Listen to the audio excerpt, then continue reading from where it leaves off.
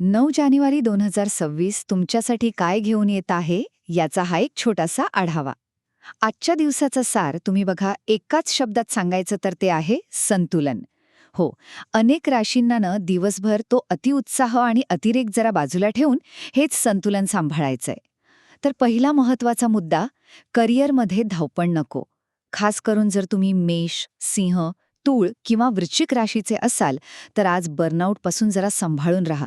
आता बर्नआउट म्हणजे काय? तर कामाचा प्रचंड ताण. स्वतःला सिद्ध करण्याच्या नादातनं उगाच जास्त ओढाताण करू नका.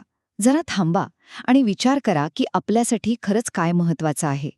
आता दुसरा मुद्दा, नात्यांमधल्या भावना.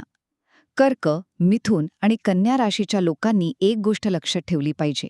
तुम्ही एकाच वेळी सगळ्यांसाठी आणि सगळीकडे उपलब्ध राहू शकत नाही, बरोबर ना? त्यामुळे ना अपेक्षांचं ओझं थोडं कमी करा आणि एकदम शांतपणे संवाद साधा. आणि तिसरा आणि शेवटचा मुद्दा, तो म्हणजे वैयक्तिक आयुष्यातला अतिरेक टाळा. वृषभ, मिथुन आणि मीन राशीच्या लोकांसाठी हा खास सल्ला आहे.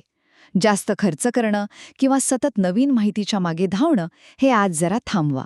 कारण कसं आहे, आजचा मोह भविष्यात महागात पडू शकतो.